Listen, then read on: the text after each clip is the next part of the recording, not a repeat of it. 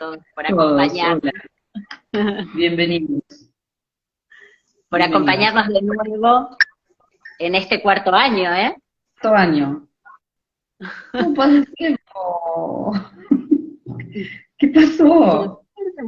¿Se acuerdan que empezamos del lado de digamos, a partir de la pandemia, buscando hacer lazo entre colegas, ¿no? Que se empezaba a producir esto de que había que atender por teléfono, o por, bueno, teléfono, computadora, bueno, cada uno por el formato que tuviera disponible, ¿no?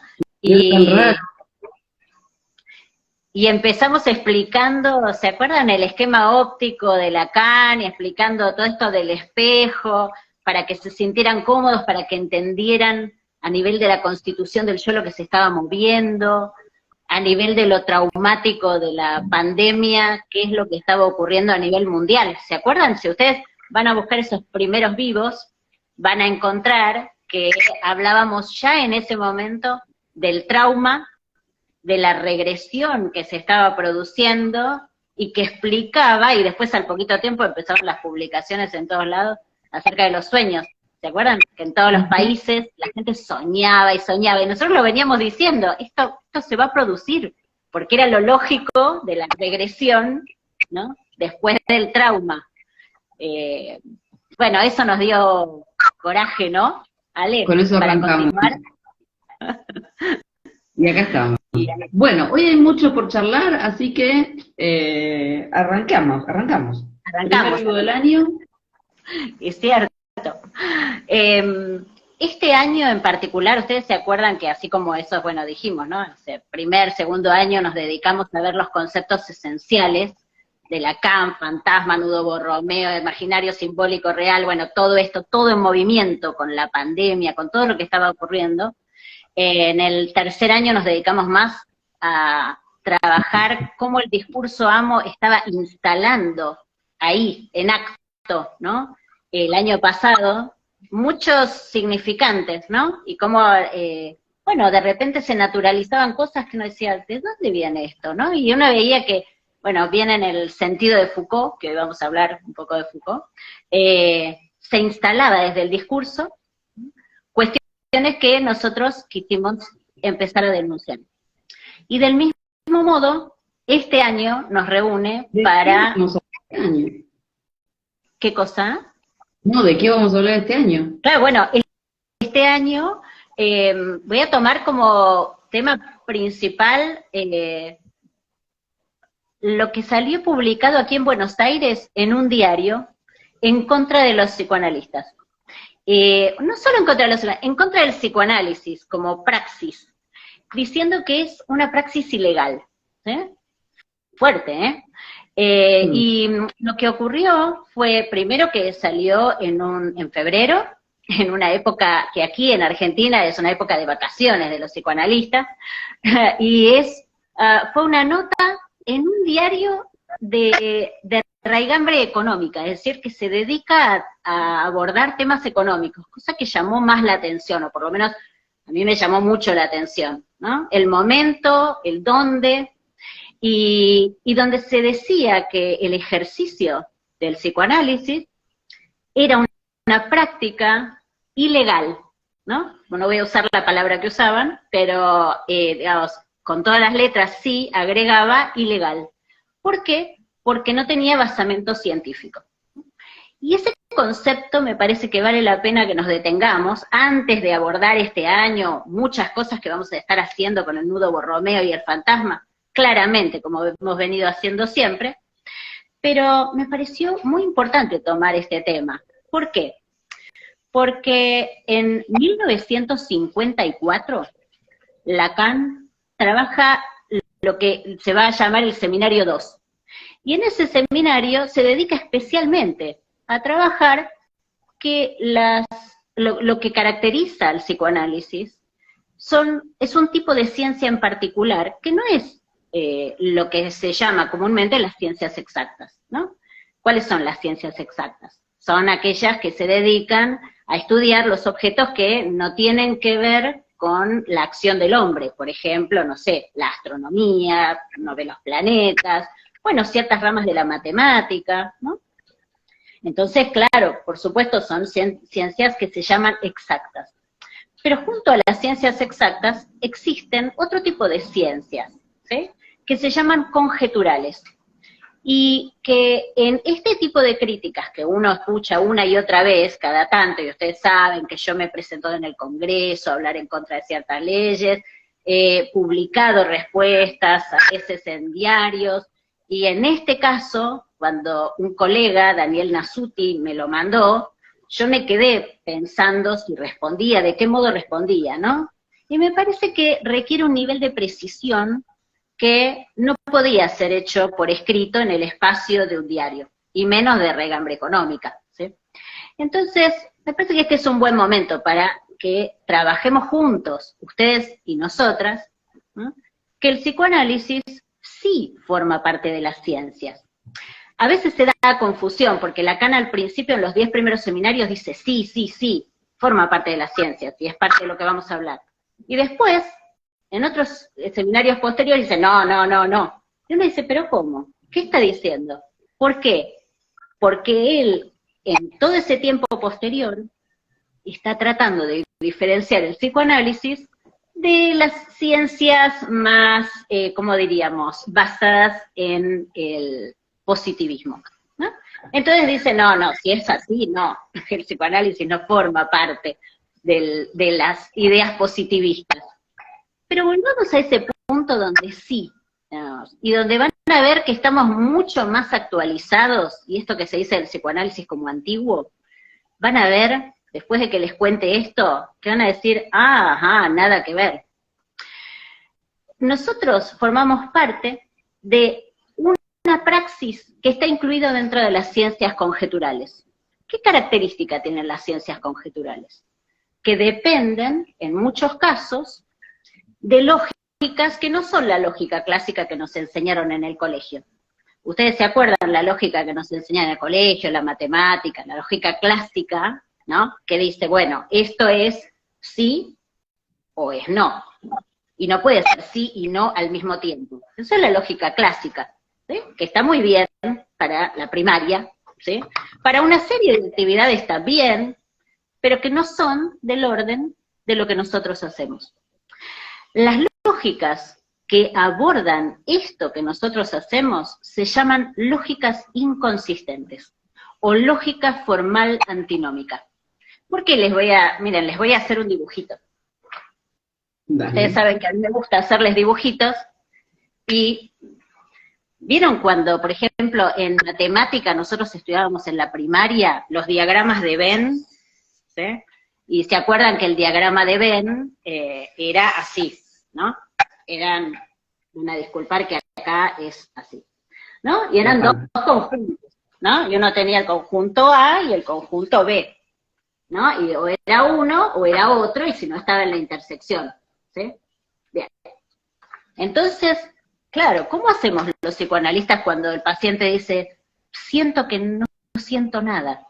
Y uno dice, ah, bueno, no, desde la lógica clásica eso no es científico. O siento o no siento. En el medio no puede ser. Ahora les voy a dar otro ejemplo. ¿Ustedes creen que la física cuántica no es científica? Por ejemplo. No, ¿no? Nadie se animaría a decir que la física cuántica no es científica. ¿Y saben que la física cuántica se rige por el mismo tipo de lógica que nosotros? Las lógicas formales antinómicas o lógicas inconsistentes. El estudio de la luz, ¿no? Antes se decía, o es ondulatorio o es corpúsculo. Y la física cuántica descubre que la luz puede funcionar de ambos modos. Y entonces, si puede funcionar de ambos modos, ¿cómo es? ¿Es una contradicción? No, es física cuántica.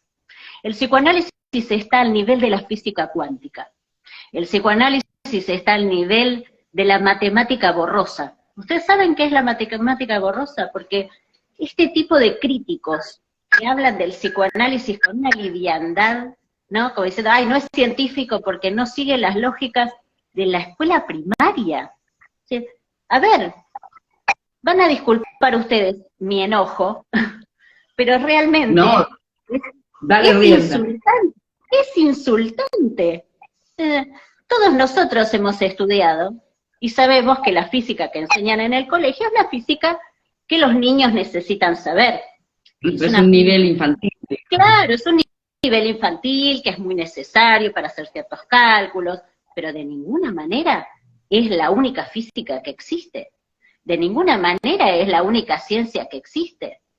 Entonces, por ejemplo, la matemática borrosa o matemática del caos, ¿sí? Y ustedes lo pueden buscar en internet, es la matemática que justamente tiene esto. La matemática del caos es aquella que dice, ok, no existen conjuntos tan discriminados y tan claros, por eso es matemática borrosa. Porque, por ejemplo, la matemática del caos, si quieren algo más, coincide con lo que dice Freud en 1912, cuando Freud habla del cliché, ¿no? Algunos le dicen cliché, yo le digo cliché, otros escriben CH.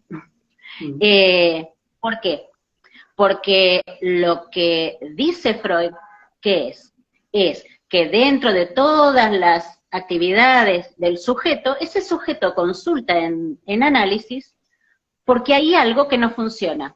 ¿Qué es lo que hace el analista? Busca ese punto repetitivo, casi diríamos como al modo de una ecuación repetitiva a lo largo de las distintas situaciones que aparentemente son diferentes, ¿no? Entre sí. Eso es lo mismo que dice la matemática del caos. La matemática del caos dice, en eso que aparentemente es caótico, existen regularidades que se repiten. ¿Quién diría que la matemática del caos no es científica?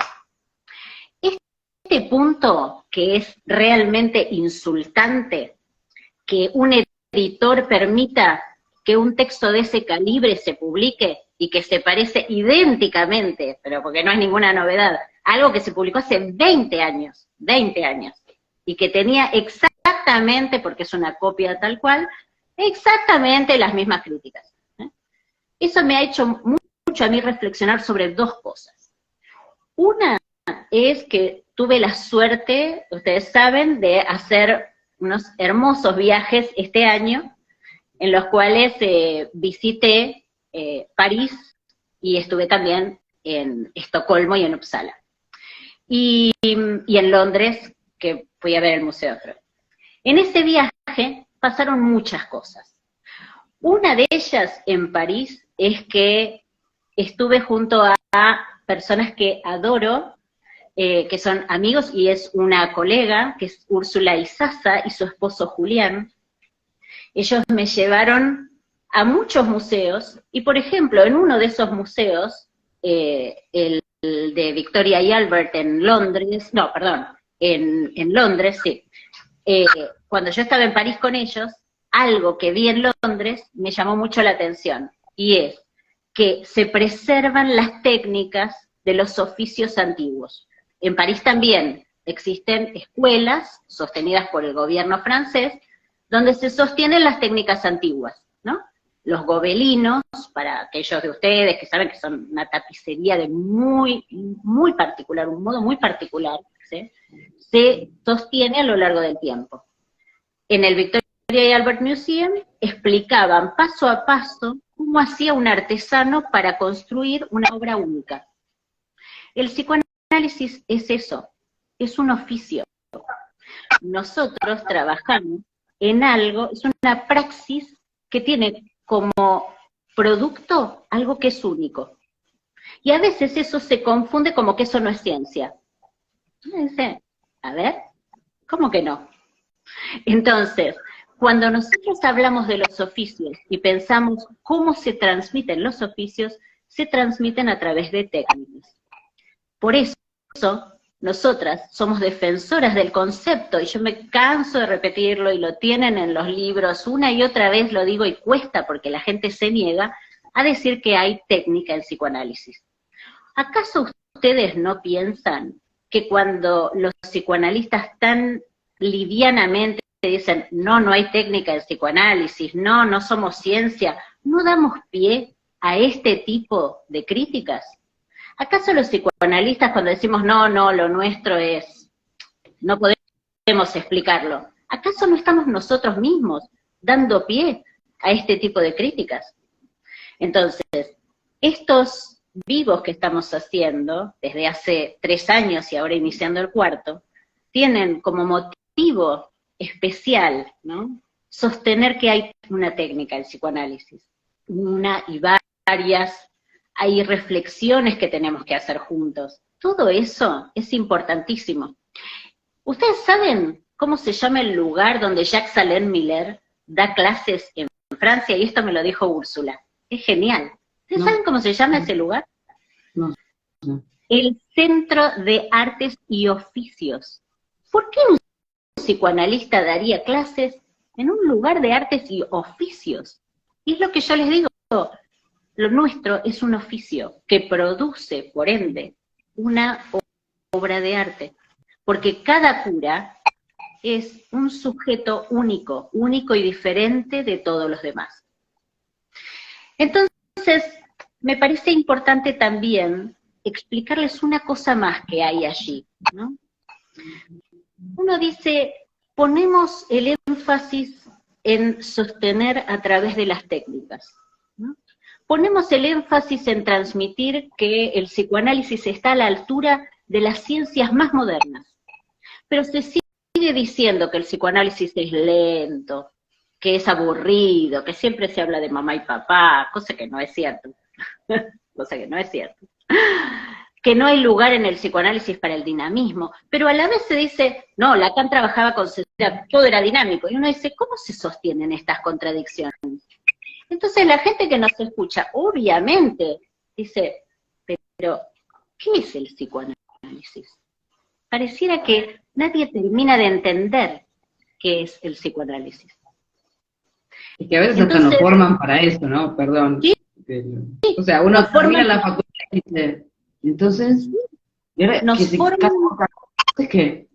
Para decir que somos algo tan único que no podemos dar cuenta, que no podemos explicar qué hacemos. ¿Y eso es mentira? Eso es mentira. ¿Cómo que no podemos explicar lo que hacemos? ¿Por qué Lacan trabajaría sobre el matema? ¿Por qué Lacan trabajaría tanto sobre la topología si nosotros no tuviéramos nada que ver con lo científico? Pero bueno, una cosa más, déjenme que les diga una cosa más. Cuando estuvimos con Úrsula en París, hubo algo maravilloso que ocurrió por obra del azar. Estábamos yendo, por supuesto, al consultorio de Lacan, por supuesto, recorriendo, y queríamos ir a la casa donde vivió Michel Foucault, y alguien sale y dice, ¿qué están haciendo? Yo estaba filmando, bueno. En la puerta de la casa. En la puerta de la casa de Foucault, en la calle Vaugirard. Y entonces se dice, ¿quieren subir? Y para nosotras fue impactante. Bueno, allí estaba Daniel Defer, el esposo de Michel Foucault, un mes antes de morir. Él falleció hará aproximadamente un mes. Tuvimos oportunidad de conocerlo, tuvimos oportunidad de subir a su departamento, lo cual fue de una emoción enorme. Imagínense que ahora yo veo las fotos de Foucault en ese balcón y me acuerdo perfecto de estar ahí. Para mí ha sido una cosa maravillosa. Y yo dije, tal vez es algo neurótico, yo digo, ¿por qué? ¿Por qué se dio esto? Esto, ¿no? Esto tan del orden del azar. Y pensé 2 cosas. Yo ya había ido en ese viaje preparada porque iba a ir a la Universidad de Uppsala y Foucault escribió su tesis que luego dio lugar a Historia de la Locura, la escribió en Uppsala entre 1955 y 1957. Pero conocer a Daniel Defer, estar ahí y escucharlo decir que temía que el pensamiento de Foucault fuera olvidado, fue para mí muy fuerte. Y dije, es momento de rescatar 2 cuestiones aquí. Muchas, cada uno rescatará el que le gusta, y tal vez hay gente que no le interesa y está todo bien. Pero yo voy a rescatar 2 cosas de Foucault. La primera es que él dice que toda teoría debe revisar las causas de su implementación, las formas en que se implementa, y que debe ser una caja de herramientas para que aquel que lee eso que uno produce le sirva para algo, ¿no? Este criterio de la eficacia, ¿sí?, que también vamos a dedicar un vivo a hablar sobre la eficacia, que es una de las palabras rechazadas del psicoanálisis y que no debiera, esto de la caja de herramientas, que yo se los digo en mis libros, ¿sí?, y en los vivos, para que tomen de esto lo que les sirva, y lo que no les sirva, no lo toman, no hay ninguna obligación, ¿sí? Esto es compartir y listo. La segunda cosa es que ustedes saben que en 1968 en París se armó una revolución liderada por los estudiantes universitarios en contra de ciertas prácticas fosilizadas, el autoritarismo, el colonialismo, bueno, una serie de cuestiones que son largas de explicar. Eso implicó una revisión de toda la educación en Francia, y derivó el año siguiente en la fundación de la Universidad de Vincennes. Y también al año siguiente de eso, en el 70, de una nueva forma de organizar los contenidos en el Collège de France. En ambos casos, uno en una forma mucho más informal, en el otro de una forma mucho más formal, la idea fue, ok, ¿qué le aporta los descubrimientos de la matemática, de la física? ¿Qué le aportan a las ciencias humanas? Esta era la pregunta. Entonces se fundaron muchos estudios, ¿no? Muchos estudios que tenían que ver con actualizar los conocimientos, la innovación. El foco de Vincennes era la innovación. Ustedes saben que en el Collège de France, Foucault tenía que producir un curso nuevo cada año, con toda teoría nueva, cada año, íntegramente nueva, no comentar alguna cosa. Bueno, eso es lo que nosotros ahora podemos leer en sus libros. Este aspecto de dejar el psicoanálisis como si fuera un fósil, como algo antiguo, vetusto, olvidable, aburrido, añoso, es no estar actualizados, y por eso es que queremos compartir esto, en que el psicoanálisis forma parte de las grandes ciencias que se sostienen de las lógicas inconsistentes, de la matemática borrosa, ¿no?, que son propias de finales del siglo XX y principios del siglo XXI. En eso es en lo que estamos trabajando, no en algo fosilizado. ¿Quién dijo que el psicoanálisis es aburrido? ¿Quién dijo que Lacan trabajaba lento? Esta es la invitación de este año, para todos ustedes en nuestros vivos. No tienen que seguirnos, no es necesario que estén de acuerdo, pero sí queremos sumar una posición, y no es una posición que permita que nos traten como de escuela primaria. A esta altura no. Así que bienvenidos, ¿sí?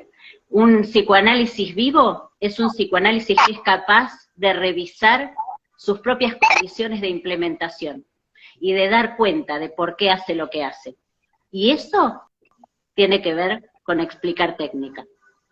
Así que bueno, espero que este vivo les haya interesado, que les sirva, y son bienvenidos todos los viernes a estar con nosotros. Muy minucioso y claro, para volver a mirar, para volver a pensar, y yo me quedo con, a ver, hacemos hace 3 años, este es el cuarto, esto con Violén, porque creemos que el psicoanálisis, y lo sabemos porque lo experimentamos a diario, porque vivimos de esto, no es aburrido, no solo que es divertido también, está más vivo que nunca, es necesario, y han sido ciertas personas que han ejercido incluso los que han dejado el psicoanálisis en el lugar del muerto, pero está más vivo que nunca, perdón que me tome este atrevimiento, pero digo, Sí, no, está perfecto. desde acá siempre vamos a hacerlo desde un lugar recontra vivo y recontra pasional, porque el psicoanálisis es esto, nos corre por la vena, o sea, nos salta la sangre.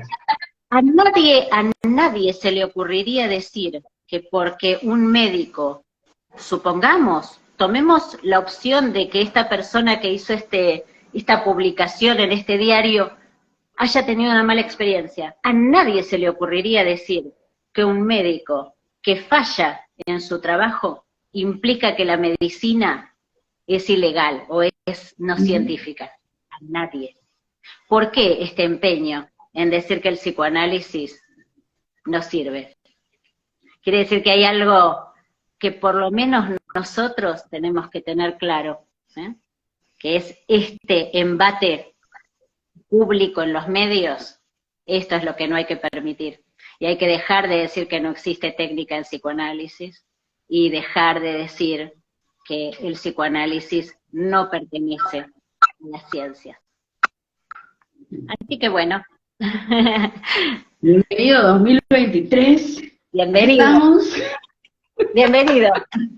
Bien, nos vemos el viernes que viene, es Viernes Santo. No, el viernes, sí, nos vemos el viernes próximo también. Okay. Bueno. Porque es feriado acá en Argentina, pero ahí vivo igual, 4:30 de la tarde. Recuerden que si recién se suman con nosotras, pueden escuchar en Spotify, a modo formato de podcast, los vivos de los viernes, y también verlos en YouTube. Los que se han perdido. Si están todos subidos. Si recién llegaron tarde, en un ratito ya va a estar todo subido en todos lados. En todos lados. Sí. Y si no está subido hoy, está subido mañana. Pero bueno. Todos los viernes, 4:30 en vivo, y si no, por Spotify, YouTube, o queda grabado en Instagram. Gracias a todos los que están. Gracias por acompañarnos. Nos vemos. Chao, chao.